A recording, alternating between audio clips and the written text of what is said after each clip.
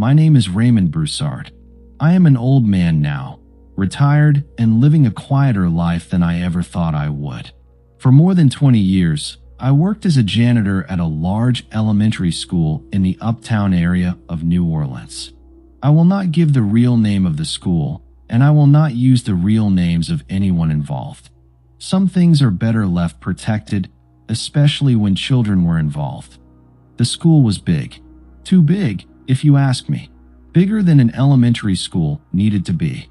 It had long hallways that seemed to stretch farther when you were alone, old stairwells where footsteps echoed even after you stopped walking, storage rooms nobody used anymore, and classrooms with high windows that turned black after sunset.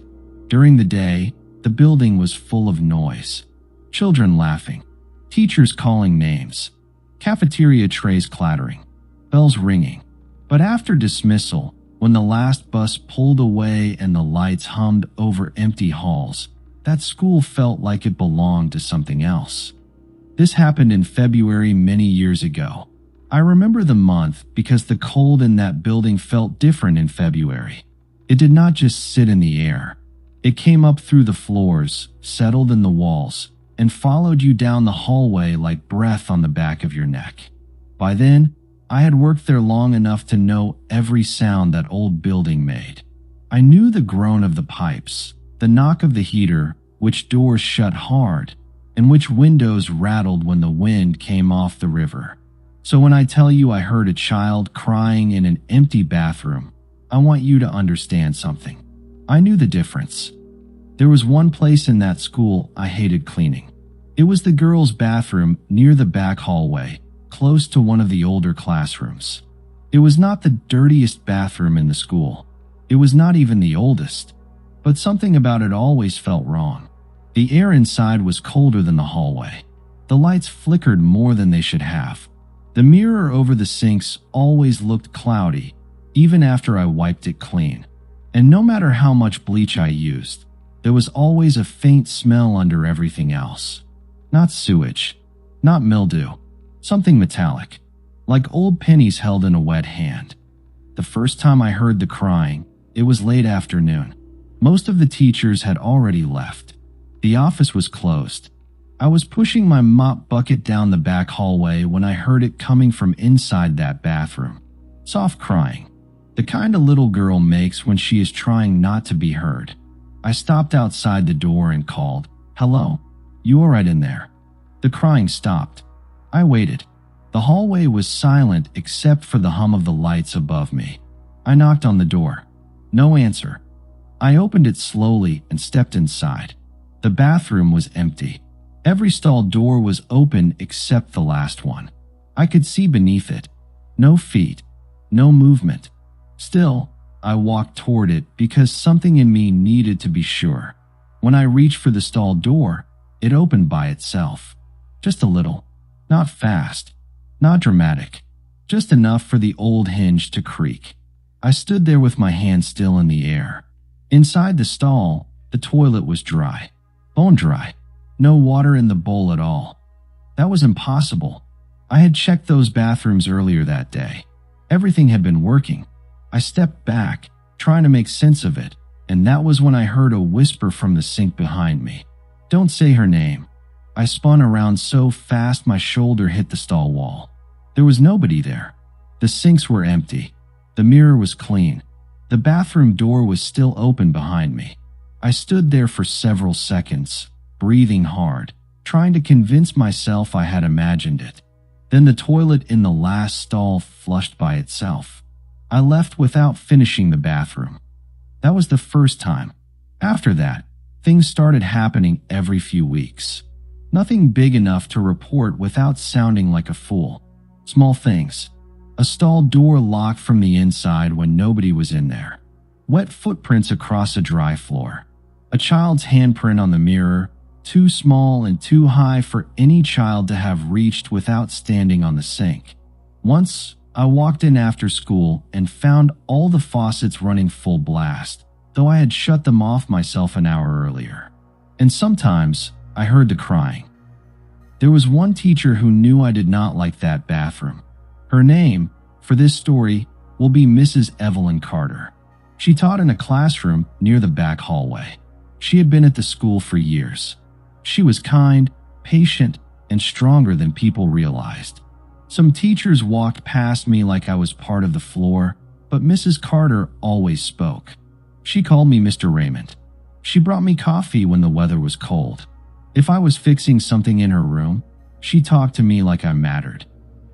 One afternoon, she caught me standing outside that bathroom with my mop in my hand, staring at the door. "You hear it too, don't you?" she asked. I turned around and saw her standing in her classroom doorway. She was not smiling. "Hear what?" I asked, though I already knew. She looked at the bathroom door and said, "The crying." I did not answer. She stepped closer and lowered her voice. Sometimes during class, the children ask me if someone is hurt in the hallway, but when I check, nobody is there. It always comes from that bathroom. I told her maybe it was the pipes. She looked at me for a long moment and said, "Pipes don't call my name." I wish she had never told me that. From that day on, I watched that hallway closer. I started noticing things I had ignored before. Children would hurry past that bathroom even when they were laughing with friends. Teachers used the restroom at the other end of the hall if they could. Sometimes, during dismissal, I would see little children staring at the bathroom door like they had heard something no adult had noticed. Then February came. The day it happened started normal. That is what makes it worse. People think something terrible should announce itself with thunder, black clouds, a power outage, or something strange in the air. But that morning was ordinary. Cold air outside, damp floors inside, the smell of cafeteria breakfast drifting through the halls, children dragging book sacks behind them, teachers trying to get everyone settled. Before the first bell, I heard crying again. It came from the girls' bathroom. This time, it was louder. I was alone in the hallway, carrying a box of trash bags.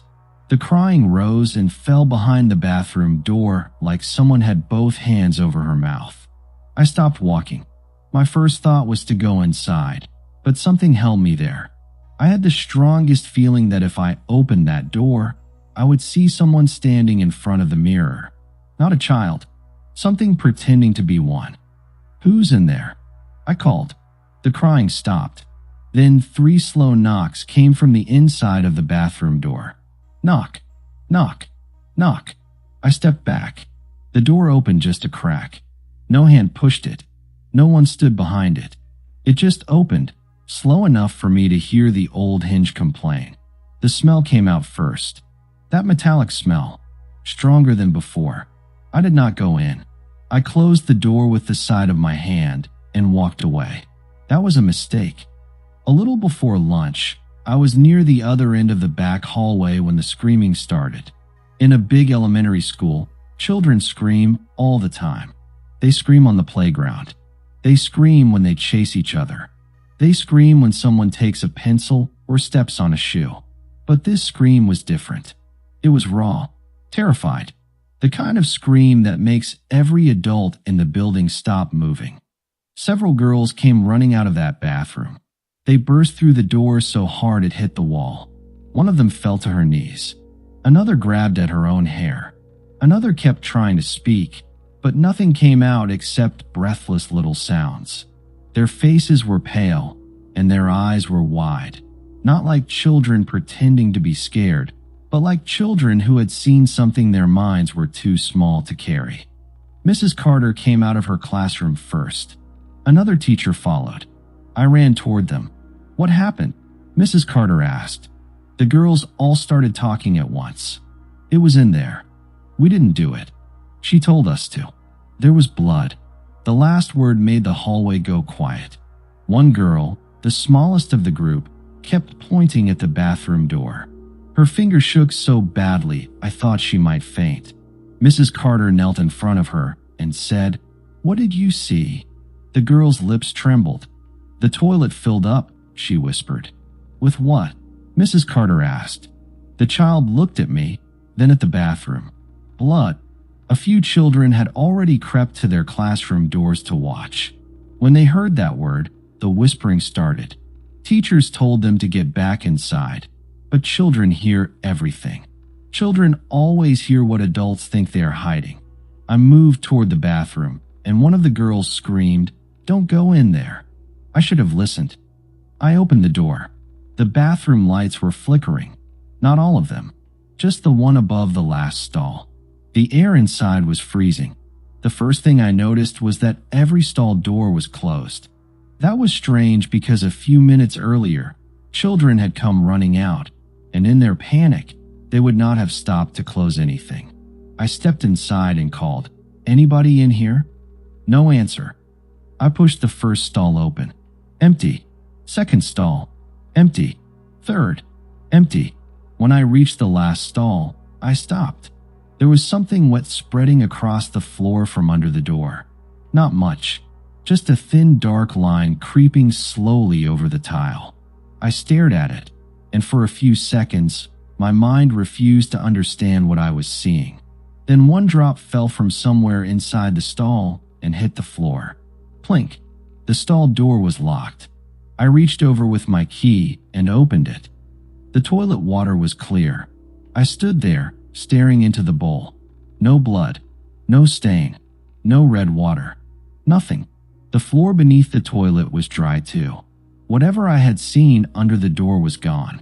That was when I heard a girl giggle behind me. I turned.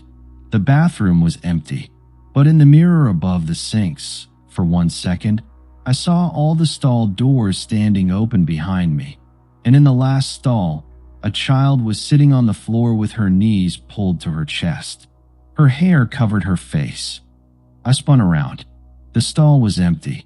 When I looked back at the mirror, my own reflection stared at me, pale and shaken. I walked out of that bathroom and told the office I found nothing. That was the truth, at least the truth I could say without sounding crazy. The girls were taken aside and questioned.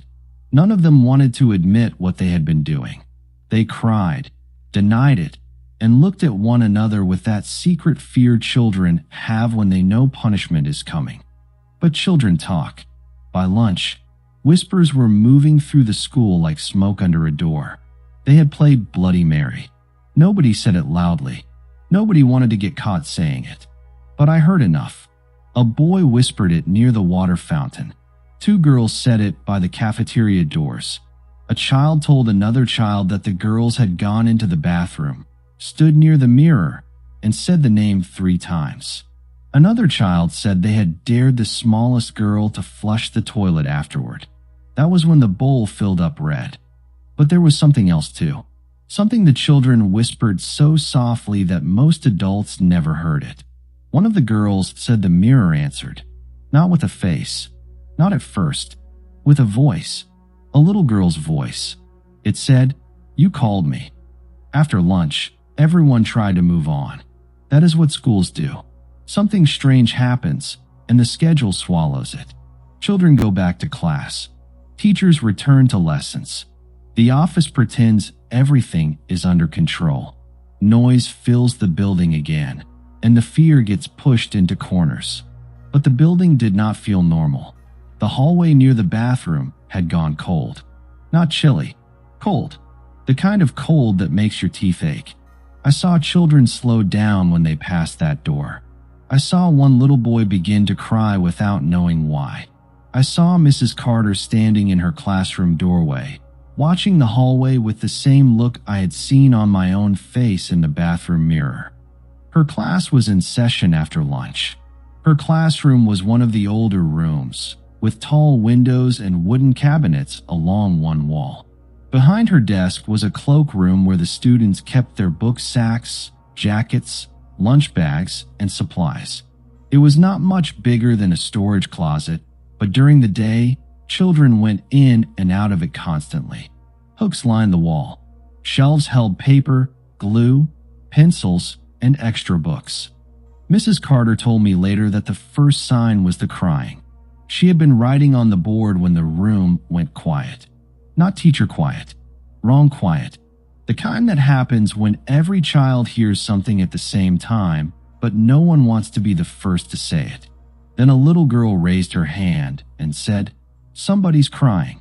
Mrs. Carter turned from the board. The children were staring toward the cloakroom. The door was closed. At first, Mrs. Carter thought maybe one of the students had gone inside upset, so she counted the children quickly. Every student was at a desk. Then the crying changed. It became laughter, soft at first. A little girl's laugh from behind the cloakroom door. Then 3 knocks came from inside. Knock, knock, knock. Mrs. Carter told the children to stay seated. That was when the room exploded. I was down the hall when I heard the crash. It was not a chair falling. It was not a shelf collapsing. It sounded like something heavy being thrown against the wall. Then came another crash. Then a tearing sound. Then the children started screaming. I ran. By the time I reached the classroom, the students were no longer at their desks. They were huddled in the far corner of the room, pressed together, some crying, some covering their ears. Mrs. Carter stood in front of them with one arm out, trying to protect them from whatever was happening behind her desk.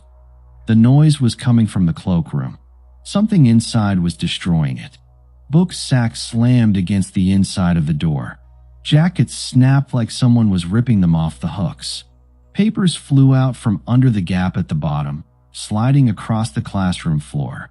Something hit the wall so hard that dust fell from the ceiling. A child screamed, "She's in there." Then, from inside the cloakroom, a voice sang. It was a child's voice. Soft, playful, wrong. "Mary, Mary, Mary." The whole classroom heard it. Mrs. Carter turned white. I moved toward the cloakroom, but she shouted, "Raymond, don't." I froze. The voice behind the door stopped singing. Then it said my name. Raymond. Not loud, not angry, just soft, like it knew me. The children went silent. Mrs. Carter stared at me with tears in her eyes. I could feel every person in that room looking at me, but I could not move. My hands were cold.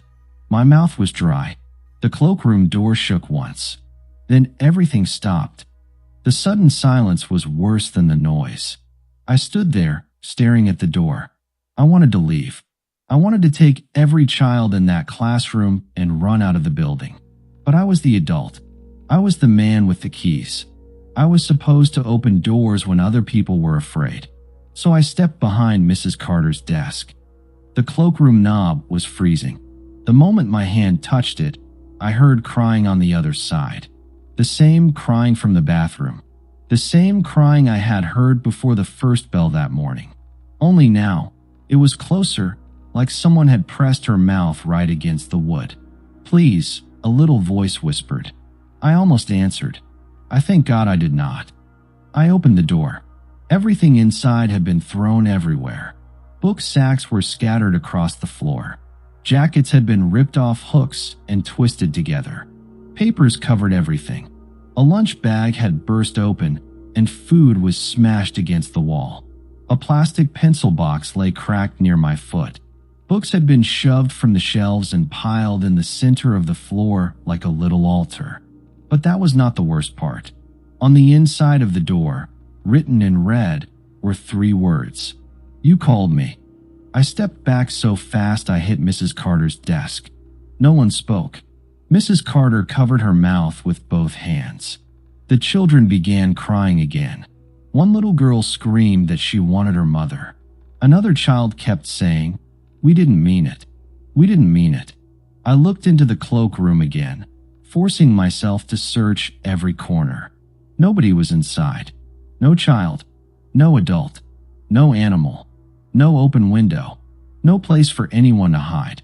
But the book sacks in the center of the floor shifted. Just a little. Like something underneath them had breathed. I slammed the door shut.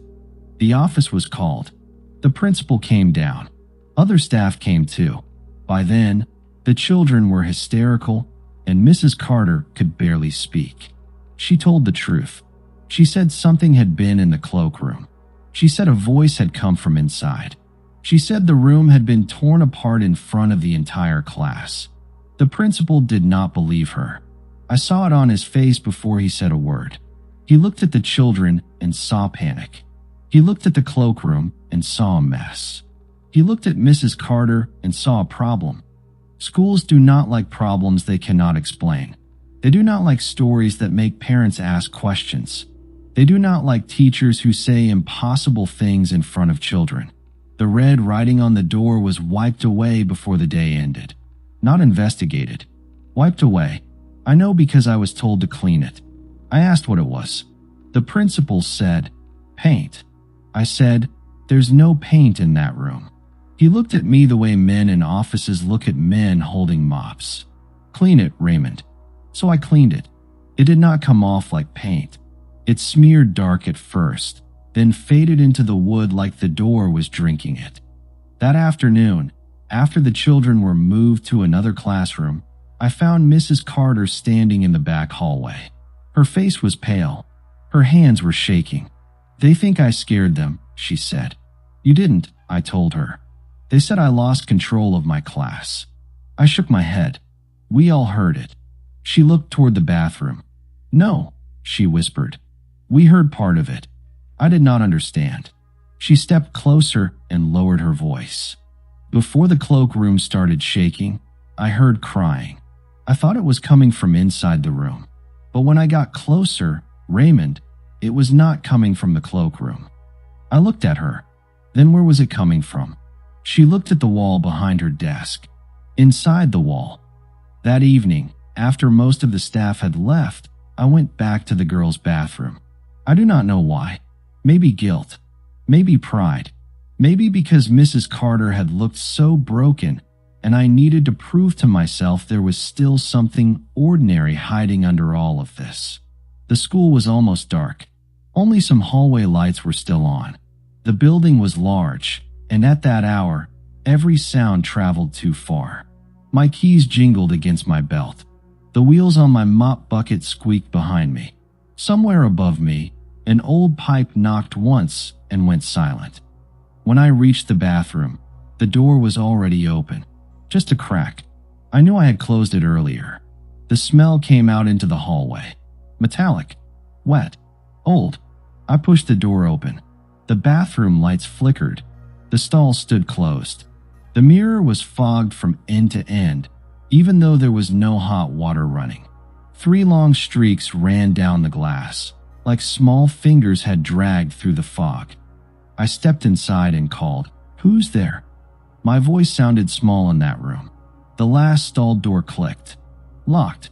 Then the toilet flushed. Once. Twice. 3 times.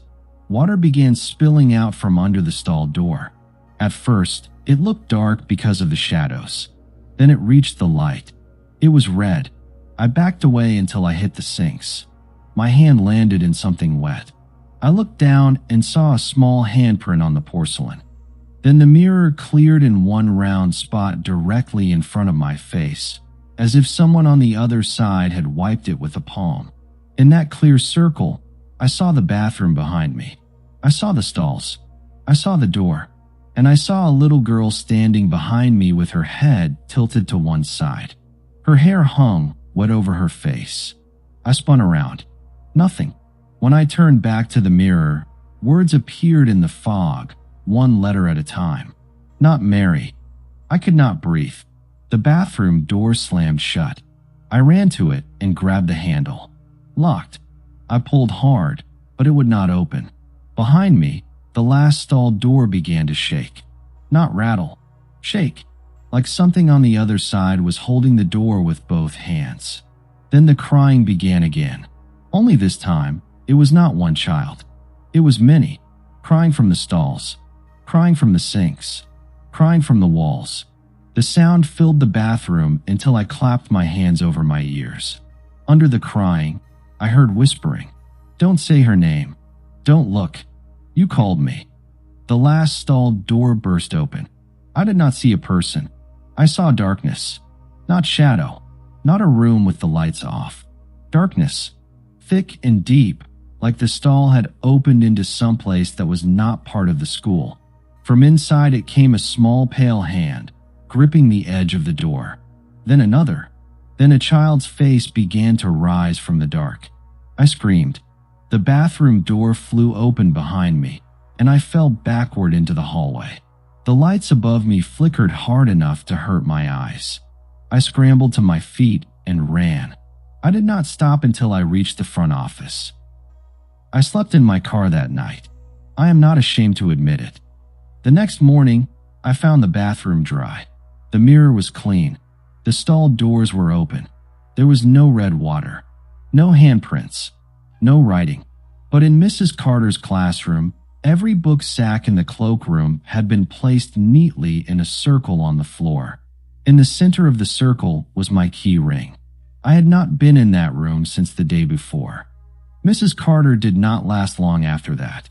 I was told she was fired, not transferred, not moved to another class. Fired. The official reason never made sense to me. They said she had upset the children. They said she had allowed hysteria to spread. They said things that sounded clean enough on paper and ugly enough in real life. She came back once to collect her things. I saw her walking down the hallway with a cardboard box in her arms. She looked smaller than before, like the building had taken something out of her. I asked if she was all right. No, she said, but I will be. I wanted to tell her I was sorry. I wanted to tell her I should have spoken louder. I wanted to tell her that what happened was not her fault. Before she left, she looked toward the back hallway. Do you still hear it? She asked. I knew what she meant. I said yes. She nodded slowly. Then she said, Do not answer it, Raymond. Those were the last words she ever said to me. For years after that, I stayed at that school. I cleaned the same halls. I locked the same doors. I emptied trash cans, changed light bulbs, mopped floors, and pretended not to hear things when I passed that bathroom. But every February, it got worse. The crying came back first. Always soft. Always after the children were gone. Then the whispers. Then the smell of metal near the back hallway. Sometimes I found the bathroom mirror fogged in the morning before anyone had used it. Sometimes the stalls were wet inside, though the floors were dry outside them. Once, I found a child's jacket hanging from the last stall door. It had been missing from lost and found for 3 years. Another time, I was locking up when I heard Mrs. Carter's voice from inside the bathroom. Raymond. I stopped so suddenly my keys swung against my leg. Raymond, help me. It sounded exactly like her. But Mrs. Carter had not worked there in years. I stood outside that bathroom door with my hand over my mouth, shaking my head like a fool. Then her voice came again. Please, it's in here with me. I walked away. I still thank God I walked away. People can say what they want. They can say children scared themselves with a bathroom game. They can say an old janitor let the shadows get inside his head. They can say a teacher lost control of her classroom and paid the price. I have heard every explanation people offer when they are desperate not to believe something. But I know what I heard. I heard a child crying in an empty bathroom. I heard something tear apart a cloakroom while a classroom full of children and their teacher huddled in fear. I heard a voice call my name from behind a locked stall. I saw words appear on a fogged mirror.